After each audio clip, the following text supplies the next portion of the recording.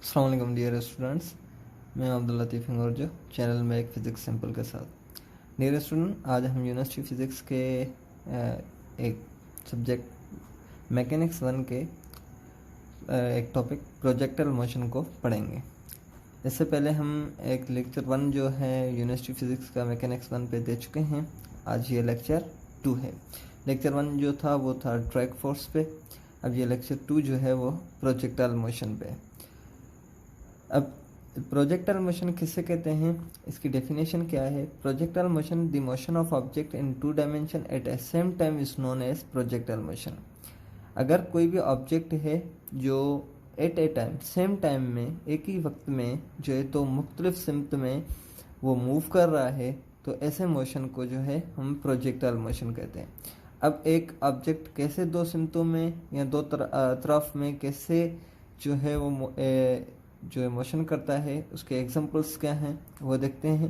The take off and landing of plane, the kicked football और a ball thrown from a tower are the examples of projectile. Let's suppose एक plane जो है वो जब take off करता है तो वो प्लेन एक्स डायरेक्शन में भी मूव कर रहा है और वो प्लेन वाई डायरेक्शन में मूव कर रहा है, यानी वो सम हाइट भी अचीव कर रहा होता है और सम वो डिस्टेंस भी कवर कर रहा होता है, वो आगे की तरफ भी बढ़ रहा होता है। तो यानी ये दो तरफा मोशन है, यानी एक्स डायरेक्शन में भी वो मोशन हो रहा है एट ए टाइम, वो वाई डायरेक्शन में, यानी प्लेन आगे भी बढ़ रहा है और प्लेन ऊपर भी जा रहा है। या प्लेन जब लैंड करता है तो यानी वो डाउनवर्ड भी आ रहा है वाई डायरेक्शन में और आगे की तरफ मोशन भी कर रहा है। तो या अगर फुटबॉल को किक लगे तो फुटबॉल भी सेम पाथ फॉलो करता है। तो ऐसे मोशन जो एट ए टाइम दो अतराफ में हों किसी भी ऑब्जेक्ट के ऐसे मोशन जो दो अतराफ में हों, तो ऐसे मोशंस को प्रोजेक्टाइल मोशन कहा जाता है। अब प्रोजेक्टाइल मोशन में कुछ इंपॉर्टेंट टर्मिनोलॉजी यूज़ होती है। वो इम्पॉर्टेंट टर्मिनोलॉजी या वो इम्पॉर्टेंट टर्म्स क्या होते हैं, इनको स्टडी करते हैं। सबसे पहला जो टर्म है वो है प्रोजेक्टाइल। प्रोजेक्टाइल किसे कहते हैं? The object which is moving in 2 dimension is known as projectile, यानी जो वो ऑब्जेक्ट जो 2 डायमेंशन में ट्रेवलिंग जिसकी हो रही है, उस ऑब्जेक्ट को जो है हम प्रोजेक्टाइल कहेंगे। जैसे कि प्लेन के केस में हम प्लेन को प्रोजेक्टाइल कहेंगे, बॉल के केस में फुटबॉल को भी कह सकते हैं, या कोई भी ऑब्जेक्ट जो थ्रो कर रहे हैं हम किसी टावर से, तो जो है इन सारे केसेस में तो जो ऑब्जेक्ट ये 2 डायरेक्शन में जो है ट्रेवल कर रहा है, उस ऑब्जेक्ट को जो है हम प्रोजेक्टाइल कहेंगे। अब दूसरा टर्म है ट्रेजेक्ट्री। ट्रेजेक्ट्री किसे कहेंगे? The path followed by projectile is known as trajectory. अब यहाँ पर देखें कि ये एक बॉल है जो फेंका जाएगा, तो वो ये वाला पाथ फॉलो करके यहाँ पर गिर जाएगा। यहाँ अगर एक फुटबॉल को यहाँ से किक लगाई जाए तो ये वो वाला ब्लू लाइन में ये पाथ फॉलो करता हुआ यहाँ तक आएगा। तो ये जो पाथ है, ये जो रास्ता है जिस रास्ते पे ये प्रोजेक्टाइल चलेगा, इस रास्ते को जो है वो कहते हैं ट्रेजेक्ट्री। ठीक है। तो अब नेक्स्ट जो टर्म है वो है मैक्सिमम हाइट। अब मैक्सिमम हाइट का जिक्र बार बार आएगा, तो ये मैक्सिमम हाइट क्या होती है? The maximum vertical distance covered by projectile is known as maximum height. अब हम जब प्रोजेक्टाइल मोशन पढ़ेंगे तो उसमें दो हम डायरेक्शन का मोशन पढ़ेंगे। ये एक्स डायरेक्शन का मोशन है, ये वाई डायरेक्शन का मोशन है। तो एक्स में अगर हम 2 डायरेक्शन को, एक्स वाली डायरेक्शन को हम हॉरिजेंटल कंसीडर करते हैं और जो है वाई डायरेक्शन को हम वर्टिकल डायरेक्शन का कंसीडर करते हैं। तो वर्टिकल में जो मोशन होगा उसको ज़्यादा से ज़्यादा जो वर्टिकल में हाइट एक्वायर होगी या ज़्यादा से ज़्यादा जो वर्टिकल मोशन होगा उसको कहेंगे मैक्सिमम हाइट। ठीक है। अब मैक्सिमम रेंज किसको कहेंगे या सिंपली रेंज किसको कहेंगे? The maximum horizontal distance covered by projectile is known as range. अब हाइट के लिए हम कह सकते हैं कि वर्टिकल या वाई एक्सिस में जो मोशन हो, और रेंज में हॉरिजेंटल या एक्स एक्सिस में जो भी मोशन हो ऑब्जेक्ट का, या जितना भी डिस्प्लेसमेंट कवर करे ऑब्जेक्ट इन एक्स एक्सिस, वो एक्स एक्सिस की डिस्प्लेसमेंट हमारी क्या कहलाएगी? रेंज कहलाएगी। और वर्टिकल में जो डिस्प्लेसमेंट कवर होगी वो हमारी हाइट कहलाएगी। अब टाइम ऑफ फ्लाइट क्या होता है? The time required to projectile to complete its 2 dimensional motion is known as time of flight. यानी एक ऑब्जेक्ट अगर यहाँ से ट्रेवल करता है और यहाँ पर उसका ट्रेवलिंग टाइम पीरियड ख़त्म होता है, तो यहाँ से लेकर यहाँ तक उसे जो ट्रेवल करने के लिए जो टोटल टाइम लगेगा उस टाइम को कहेंगे टाइम ऑफ फ्लाइट। अब सब इम्पोर्टेंट डेरिवेशंस पे आ जाते हैं कि मैक्सिमम हाइट के लिए, मैक्सिमम रेंज के लिए, वेलोसिटी के लिए क्या क्या इक्वेशंस बनेंगी, क्योंकि हम एक तो लीनियर मोशन पढ़ के आते हैं, तो लीनियर मोशन में वेलोसिटी के लिए, एक्सेलरेशन के लिए, डिस्प्लेसमेंट के लिए, ठीक है, तो डिस्टेंस के लिए कुछ इक्वेशंस हम पढ़ के आते हैं। मगर ये जो है वो मोशन बेसिकली होता है कि आपका एट ए टाइम 2 डायमेंशन में होता है, ठीक है, यानी ये 2 मोशन की सुपर पोजिशन है। सुपर पोजिशन कहते हैं कि जब 2 फिजिकल क्वांटिटीज़ जो है एक साथ ही वर्क करना शुरू कर दें तो उसको सुपर पोजिशन कहते हैं। तो projectile motion is the super position of 2 motions, ठीक है। अब यहाँ पर 2 मोशन हो रहे हैं एट ए टाइम, एक हॉरिजॉन्टल मोशन भी हो रहा है और एक वर्टिकल, मगर दोनों एट ए टाइम एक ही टाइम में हो रहे हैं, तो इनको कहते हैं सुपर पोजिशन। अगर कोई भी 2 फिजिकल क्वांटिटीज़ जो है एट ए टाइम प्रोड्यूस हो रही हों तो उनको कहते हैं सुपर पोजिशन। तो यहाँ पर जो है प्रोजेक्टाइल मोशंस का सुपर पोजिशन है, ठीक है, which give it parabolic path. अब इस सुपरपोजिशन की वजह से दो जो यानी एक हॉरिजॉन्टल है और एक वर्टिकल है, इनकी वजह से क्या होता है कि प्रोजेक्टाइल मोशन को जो पाथ मिलता है वो पाथ हमेशा पैराबोलिक पाथ होता है, यानी इस टाइप का पाथ होता है, ठीक है। और एक पाथ होता है हाइपरबोलिक इस टाइप का पाथ होता है, ये पैराबोलिक होता है, ठीक है। अब drive an expression for projectile motion, we will consider both type of motion, horizontal and vertical। तो अब हम अगर कोई भी एक्सप्रेशन प्रोजेक्टाइल मोशन के लिए बनाएंगे तो हम कोई एक मोशन कंसीडर नहीं करेंगे, हमें दोनों मोशन कंसीडर करते रहने चाहिए, क्योंकि ये सुपर पोजिशन है। हम ना तो हॉरिजॉन्टल को कंसीडर करके वर्टिकल को निगलेक्ट कर सकते हैं, ना ही वर्टिकल को कंसीडर करके हॉरिजॉन्टल को निगलेक्ट कर सकते हैं। हमें दोनों मोशन को एक साथ ही लेके चलना है, ठीक है। तो अब उसके लिए कुछ इंपॉर्टेंट अजम्पशंस होनी लाजमी है। Late assume a projectile is launched from horizontal surface by making angle theta. अब यहाँ पर हम ये अज्यूम कर रहे हैं कि हमारे पास एक प्रोजेक्टाइल है जो इस पाथ पे लॉन्च हुआ है। अब ये जैसे ही यहाँ से स्टार्ट होगा तो उसकी इनिशियल वेलोसिटी है vi। अब ये जो लॉन्च हो रहा है ये एक्स एक्सिस से सर्टेन थीटा बना के ये लॉन्च हो रहा है, ठीक है। यहाँ तक हमें बात अगेन मैं रिपीट कर दूँ कि एक प्रोजेक्टाइल है जो इस डायरेक्शन में लॉन्च किया जा रहा है जिसकी इनिशियल वेलोसिटी है vi, ठीक है। उसकी हॉरिजॉन्टल के साथ यानी एक्स एक्सिस के साथ उसकी एंगल है थीटा। अब initial velocity for horizontal motion क्या होगी, vi x is equal to vi cos theta, ठीक है। और initial velocity for vertical motion initial velocity कैसे लिखेंगे, vi sin थीटा। अब आपको कंफ्यूजन होगी कि ये x में vi cos थीटा कैसे, y में vi sin थीटा। तो यहाँ पर इस डायग्राम को थोड़ा गौर से देख लें कि वेलोसिटी की डायरेक्शन ये थी vi। अब क्योंकि ये वेलोसिटी अगर यहाँ पर देखें तो ये वेलोसिटी लाजमी ऑब्जेक्ट x में भी जा रहा है और ऑब्जेक्ट y में भी जा रहा है, यानी वो हाइट पे भी जा रहा है और वो सर्टेन रेंज भी कवर कर रहा है। तो जो वेलोसिटी x कंपोनेंट वेलोसिटी का होगा उसको मैं कहूँगा vi x, और जो वेलोसिटी का y कंपोनेंट होगा उसको मैं कहूँगा vi y, ठीक है। अगर मैं यहाँ पर vi x तो ये vi y है, ये भी vi y होगा क्योंकि ये भी वर्टिकल है। अगर ये vi x है तो यहाँ से लेकर ये भी vi x होगा। तो यहाँ पर देखें एक ट्राइंगल बन रहा है, इस ट्राइंगल में ये vi है आपका इनिशियल वेलोसिटी, ओरिजिनल वेलोसिटी, ये vi है और ये vi x है, ये वर्टिकल कंपोनेंट है और ये हॉरिजॉन्टल कंपोनेंट। अब अगर मैं इस थीटा को मद्देनज़र रखते हुए देखूं तो ये 90 डिग्री की एंगल बन रही है। तो ये बेस है, ये आपका हाइपोटेन्यूज है और ये परपेंडिकुलर। तो ये बेस अपॉन हाइपोटेन्यूज बराबर होता है आपका कॉस थीटा और परपेंडिकुलर अपॉन हाइपोटेन्यूज आपका होता है साइन थीटा। तो यानी vi x upon vi is equals to आपका कॉस थीटा के होंगे, ठीक है। और vi y अब इसको मैं थोड़ी इक्वेशन बनाऊं कि vi x upon vi is equals to आपके कॉस थीटा, ठीक है। तो ये vi इधर डिवाइड हो रही है, यहाँ पर जाके मल्टीप्लाई होगी तो vi x बराबर हो जाएगा vi कॉस थीटा के। और सेम इसी तरह vi y over vi is equals to sine theta, और vi वहाँ पर डिवाइड हो रही होगी तो उस साइड जाएगी तो मल्टीप्लाई होगी। अगर यहाँ पर देखा जाए तो बेस जो है वो आपका vi x है, ठीक है। और यहाँ पर हाइट जो है, ठीक है, हाइपोटेन्यूज जो है वो vi है, तो vi x, ठीक है, over vi is equal to cos theta. vi यहाँ पर डिवाइड हो रहा है, यहाँ पर मल्टीप्लाई होगा तो vi x बराबर हो जाएगा vi कॉस थीटा। और यहाँ पर अगेन सेम अगर हम बात करें परपेंडिकुलर की तो परपेंडिकुलर हमारे पास vi x है, तो हम इसको लिखेंगे वी आई वाई है अपॉन वी आई हाइपोटेन्यूज आपका वी आई, तो वी आई यहाँ पर डिवाइड हो रहा है, यहाँ पर मल्टीप्लाई होगा, तो वर्टिकल वेलोसिटी जो होगी वर्टिकल इनिशियल वेलोसिटी वो बराबर हो जाएगी वी आई साइन थीटा के।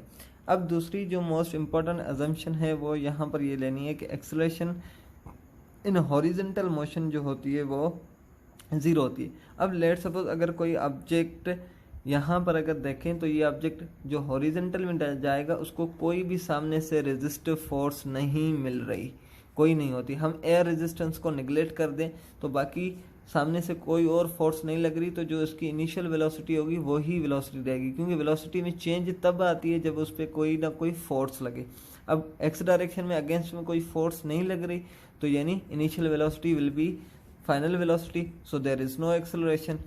हम यहाँ पर एक इम्पॉर्टेंट अजम्पशन ले रहे हैं, वो ये है कि एयर रेजिस्टेंस हम कंसिडर कर लें ज़ीरो के, जबकि डायरेक्ट फोर्स के कॉन्सेप्ट हमने ये पढ़ा था कि एक्चुअली में एयर रेजिस्टेंस ज़ीरो नहीं होती, मगर प्रोजेक्टाइल मोशन के केस में हम एयर रेजिस्टेंस को ज़ीरो कंसिडर करते हैं, क्योंकि हम जो प्रोजेक्टाइल लॉन्च करते हैं लाइक मिसाइल वगैरह या बॉल, तो उनकी शेप स्ट्रीमलाइन बनाते हैं, तो एयर रेजिस्टेंस का उन पर असर कम से कम होता है, तो इसलिए प्रोजेक्टाइल मोशन की इक्वेशन में हम एयर रेजिस्टेंस ज़ीरो कंसीडर करते हैं, तो हमारी एक्सेलरेशन हॉरिजेंटल में मोशन में आपकी ज़ीरो हो जाएगी। अब एक्सेलरेशन इन वर्टिकल मोशन, अब अगर मैं वाई डायरेक्शन का मोशन देखूं तो वाई डायरेक्शन में एक डाउनवर्ड फोर्स लग रही है जिसको हम कहते हैं ग्रेविटी।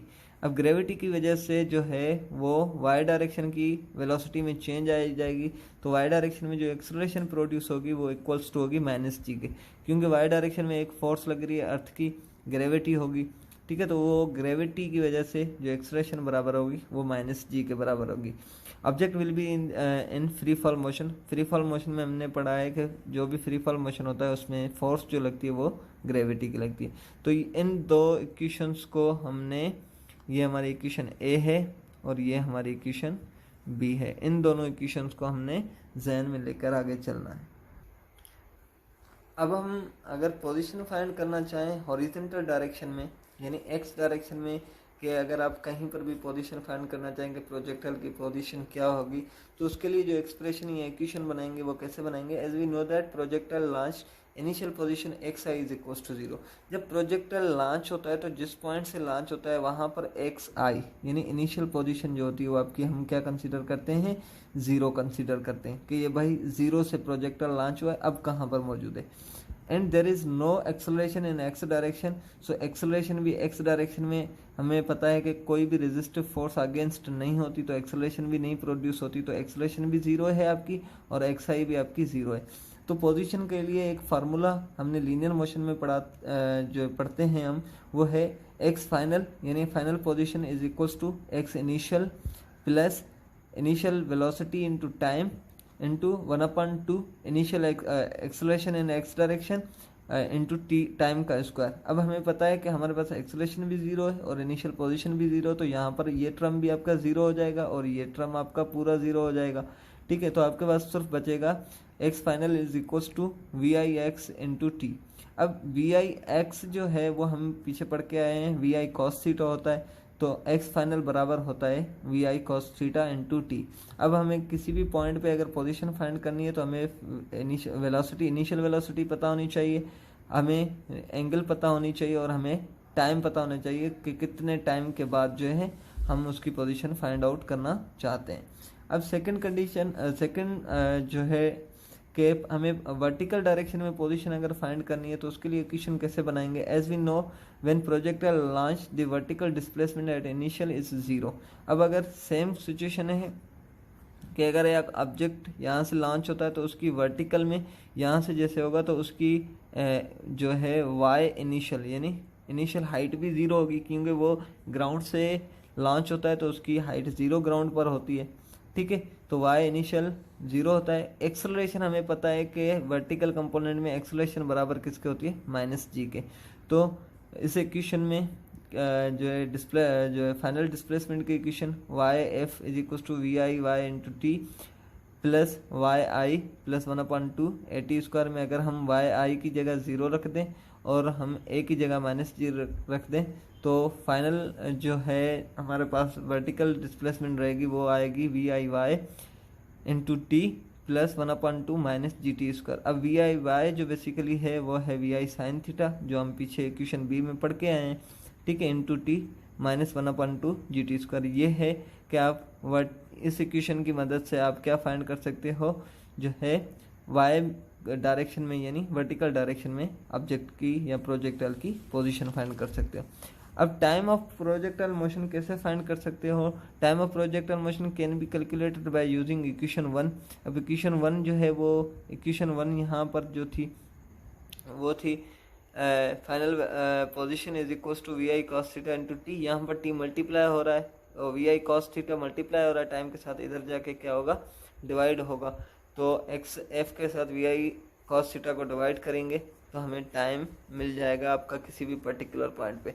अगर आप उसको वर्टिकल टर्म्स में देखना चाहते हो तो अगेन आपने इस टाइम की इस इक्वेशन को इस इक्वेशन में रख देना है, ठीक है। ये टाइम बराबर X F upon V I cos theta, तो आपके पास ये इक्वेशन आ जाएगी tan theta X minus G over 2 V आई square cos square theta into X square, ठीक है। ये इक्वेशन तब आएगी जब आप इस टी की वैल्यू को इस इक्वेशन में पुट करेंगे। आप पुट करके वेरीफाई कर सकते हैं, आपके पास यही इक्वेशन आएगी। ये इक्वेशन है टाइम ऑफ प्रोजेक्टाइल मोशन, यानी किसी भी पॉइंट पे अगर आपने टाइम फाइंड करना है फिर वो वाई में करना है तो ये इक्वेशन लगाएंगे, अगर एक्स में करना है तो ये इक्वेशन आप लगाएंगे। अब आ जाते हैं मैक्सिमम हाइट।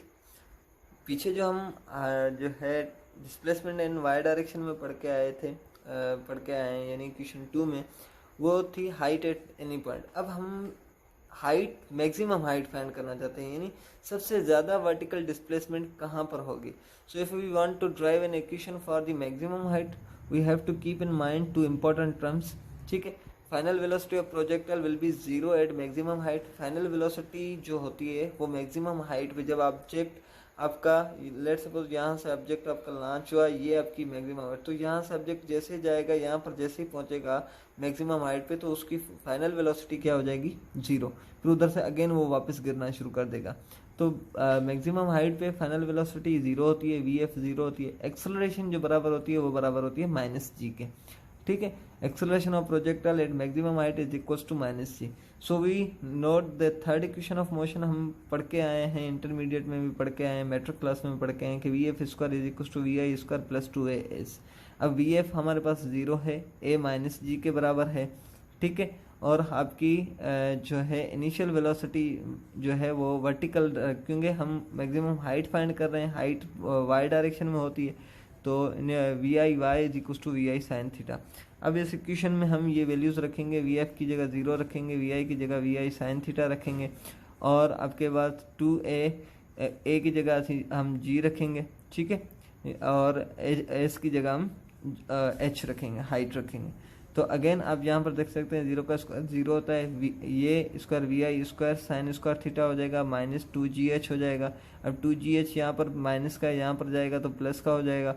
अब 2gh is equal to we I square sine square theta, और ये 2g यहाँ पर मल्टीप्लाई हो रहा है, यहाँ पर आएगा तो डिवाइड होगा, तो height is equal to we I square sine square theta over 2g, यानी ये इक्वेशन फॉर मैक्सिमम हाइट है। अब इस इक्वेशन में आपकी मैक्सिमम हाइट कब आएगी, मैक्सिमम हाइट तब आएगी जब आपकी साइन बराबर किसकी हो जाएगी, 90 डिग्री के। जब आपका प्रोजेक्टाइल 90 डिग्री के ऊपर, अगर इस क्वेश्चन को हम यूटिलाइज करें तो जब आपका प्रोजेक्टाइल 90 डिग्री पे होगा तब आपकी हाइट की वैल्यू जो होगी वो मैक्सिमम होगी। अब आ जाते हैं मैक्सिमम रेंज पे। मैक्सिमम रेंज क्या होता है, जो आपका प्रोजेक्टाइल लॉन्च अगर लेट सपोज इस पॉइंट से लॉन्च हुआ है, एक्स पॉइंट से लॉन्च हुआ है, तो वो कितना मतलब ए पॉइंट से वो कितना दूर जाएगा। अब ये डिपेंड करता है कि वो जो है कितनी एंगल पे गया है। अब ये एंगल क्या होनी चाहिए कि हमें मैक्सिमम जो है वो ये हॉरिजॉन्टल डिस्प्लेसमेंट मिले। तो इसके लिए हम इक्वेशन जो कैलकुलेट करेंगे वो equation to derive an equation we use equation of velocity because acceleration in horizontal component is equals to 0। अब रेंज फाइंड करने के लिए हम वेलोसिटी की इक्वेशन को यूज़ करेंगे, क्योंकि एक्सेलरेशन इसमें 0 होती है। तो velocity is equal to displacement over time, या वेलोसिटी जो हम हॉरिजेंटल में अगर फाइंड करना चाहें तो velocity V I X is equal to R over T, R range के लिए मैंने लिखा हुआ है, यानी display horizontal displacement is equal to range, velocity in horizontal velocity is known as initial velocity in X direction. तो again हमें पता है कि initial velocity in X direction V I cos theta होती है, जो इक्वेशन ए में हम पढ़ के आए। टाइम की equation two we I sine theta over g, ये टाइम ऑफ फ्लाइट की इक्वेशन से इक्वेशन आती है, टाइम बराबर होता है two we I sine theta over g. ठीक है, तो टाइम ऑफ फ्लाइट और इनिशियल वेलोसिटी दोनों की इक्वेशन को हम आपस में मल्टीप्लाई करेंगे तो हमारे पास आ जाएगा वी आई कॉस थीटा। ठीक है, टाइम की equation two we I sine theta over g, तो we i into v i two we I square sine theta cos theta. अब यहाँ पर अप ओवर जी, ठीक है, अब यहाँ पर टू एक जो है फार्मूला है two sine theta cos theta बराबर होता है साइन टू थीटा के, तो इस पूरे की जगह हम क्या रखेंगे साइन टू थीटा, तो ये हमारी रेंज का फार्मूला हो जाएगा R is equal to we I square sine two theta over g. अब ये हमारी इक्वेशन जो बन जाएगी ये मैक्सिमम रेंज के लिए। अब साइन टू थीटा मैक्सिमम कब होता है, साइन टू थीटा मैक्सिमम तब होता है जब आपके पास एंगल हो 45 डिग्री की, तो यानी साइन टू थीटा मैक्सिमम 1 जो होता है वो 45 पे होता है, तो इट मीन्स आपकी मैक्सिमम रेंज भी जो होगी वो 45 डिग्रीज पे होगी। तो ये था आज का टॉपिक। आई होप आप लोगों को काफ़ी चीज़ें समझ में आ गई होंगी। अगर कोई क्वेश्चन आपका हो तो आप कमेंट करके वो पूछ सकते हैं। तो मिलते हैं नेक्स्ट लेक्चर में, तब तक के लिए अल्लाह हाफिज़।